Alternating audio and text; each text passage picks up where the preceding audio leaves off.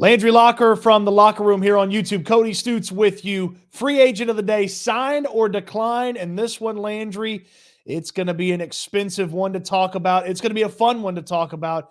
Brian Burns, the pass rusher from the Carolina Panthers. He changed his number, but the results didn't get a whole lot better than 2 years ago. What do you make of Brian Burns as the free agent to chase here for the Texans? I think it's very costly. I don't know how much DeMeco Ryans and them like him. It seems like he's been rumored to be leaving Carolina. It seems like for like 3 years. It just seems like every time his name comes up, it seems like there's like a possibility.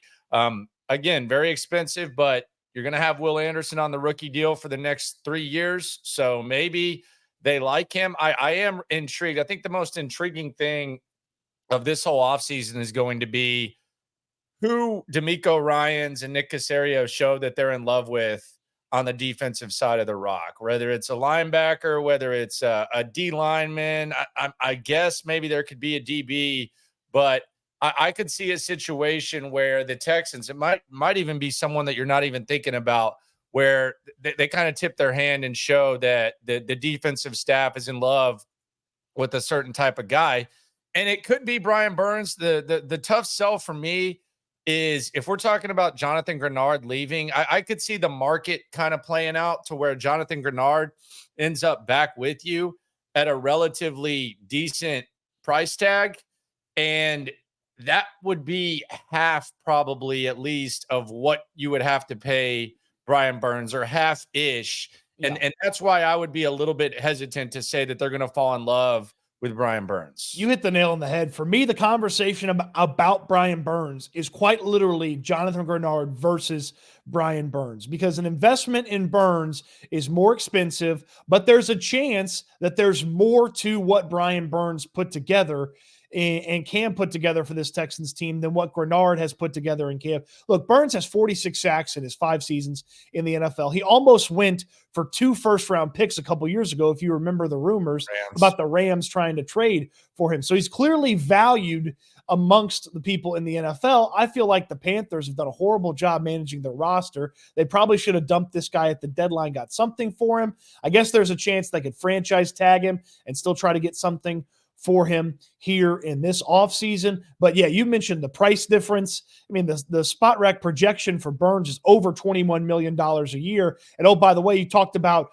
the financial advantage the Texans have with key players making less money over the next couple of seasons. The expectation is Burns is going to sign a 5-year contract. I mean, I don't believe Jonathan Greenard's getting a 5-year deal from the Texans if he's coming back. So to me, it really boils down to Greenard versus Burns, because if you can justify Greenard in this conversation, then you could justify splurging somewhere else along this defense. Let's talk a little bit about the case for Burns. I do wonder if the best football for him is ahead of him, and a coach like DeMeco Ryans and a defense like DeMeco Ryans' defense is the best situation for Burns. So a guy that a couple of years ago had 12 sacks, is he a double-digit sack guy every year in DeMeco Ryans' defense?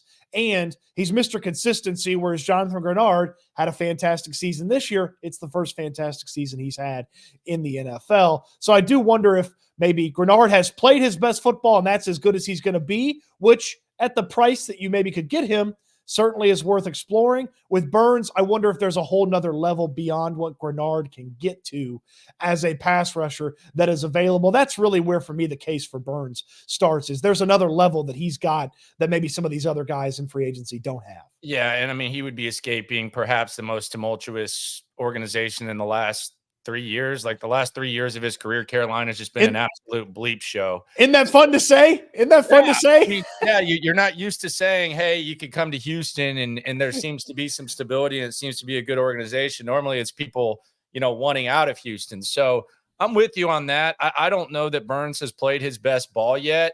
It's just, it's not one of those things. I mean, the answer to that, if you're going to pay him what the projections are, you have to be right. And that has to be the case if it comes to bringing in Brian Burns. I think this staff, we'll see if these interior D linemen hit the market. I know the franchise tag period begins in a couple of days.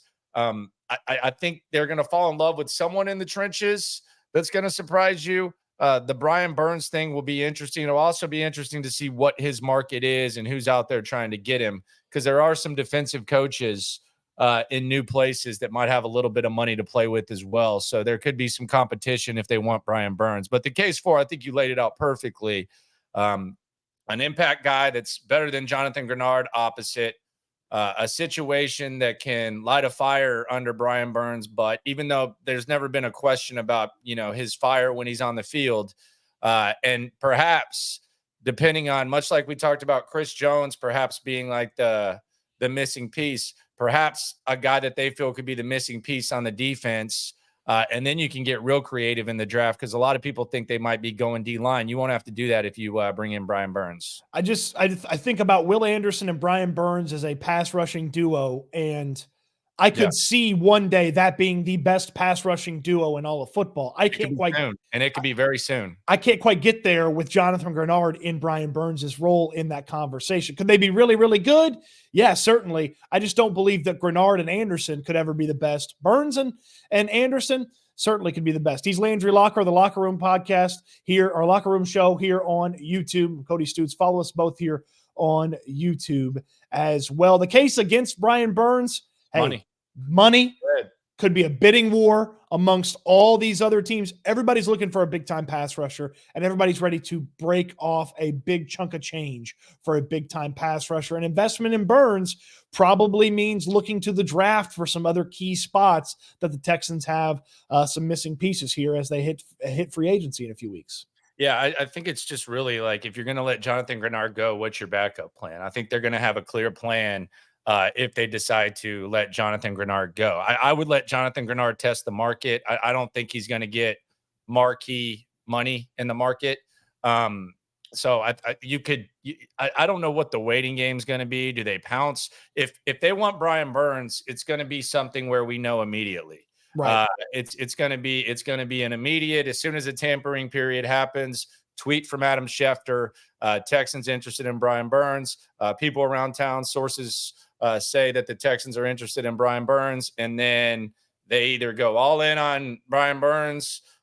We're going to know very early in the process, because Brian Burns, make no mistake about it, he's going to be one of those guys where in those first 2 days, whoever's paying him is going to get him. The Jonathan Greenard thing could kind of play out, kind of be like a really, really good fallback plan. And we mean no disrespect to Jonathan Greenard. I love Jonathan Greenard. I think he's a great dude.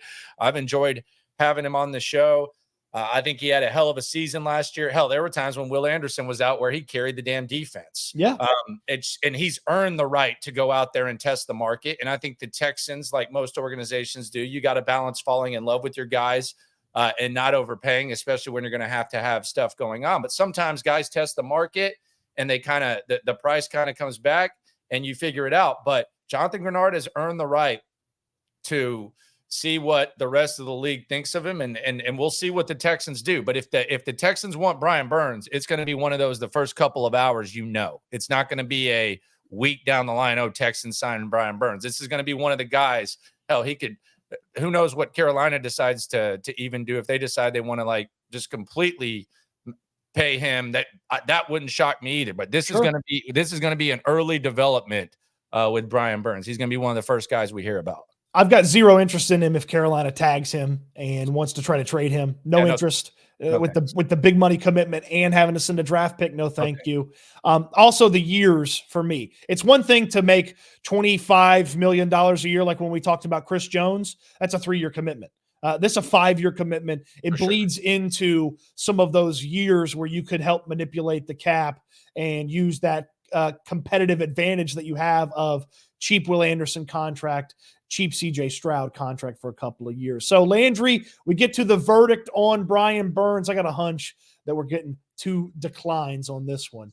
Yeah, it's a decline, but I have a strong trust in this organization. If they really like Brian Burns and they have a vision, I'm not going to pound the table and say, what the hell are they doing? But for me personally, if that's the direction they decided, and I do want to put a disclaimer, when we say sign, it's if they decide, will we be okay? Obviously, you can't sign everybody. Right. But in this situation with the money, I'm down. I'm out on Brian Burns. It keeps you from doing some other things, and I don't know that it has the same level of impact as, say, a Chris Jones conversation like we had a few days ago, which you can check out those videos as we do a video each and every day. It's a decline for me. I don't like the years. I don't like the money. And if you could tell me that it's Jonathan Greenard and someone else versus Brian Burns, feels like to me Greenard plus whatever other player you sign with the differential in money is going to win that argument most every time.